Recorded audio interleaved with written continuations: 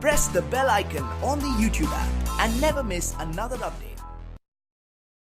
अस्सलामुअलैकुम, welcome to my channel technical. मैं चलिए शुरू करते हैं। इस वीडियो के अंदर मैं आप लोगों को बताऊंगा Redmi K20 प्रो मोबाइल को फ्लिपकार्ट से कैसे बाय करें।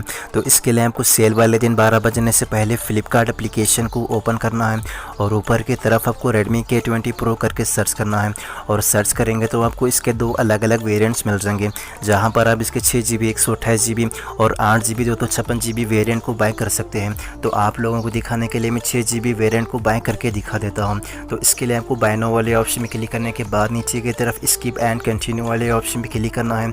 अगर आप अपना नेम और एड्रेस को चेंज करना चाहते हैं तो आपको ऊपर की तरफ इसका ऑप्शन मिल जाएगा और जैसा ही आप नीचे की तरफ कंटिन्यू वाले ऑप्शन में क्लिक करेंगे तो यहाँ पर आपको पेमेंट मेथड मिल जाएगा, जहाँ पर आप इस फ़ोन का payment credit card, debit card, ATM card, PhonePe, Bhim, UPI और नीचे की तरफ आपको नेट बैंकिंग, EMI और कैश ऑन डिलीवरी का भी ऑप्शन मिल जाएगा।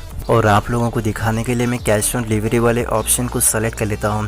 बस आपको स्क्रीन पर दिए गए कोड को नीचे वाले बॉक्स में टाइप करना है और जैसा ही आप कंफर्म ऑर्डर वाले ऑप्शन में टाइप करेंगे तो आपका फ़ोन बाय हो जाएगा।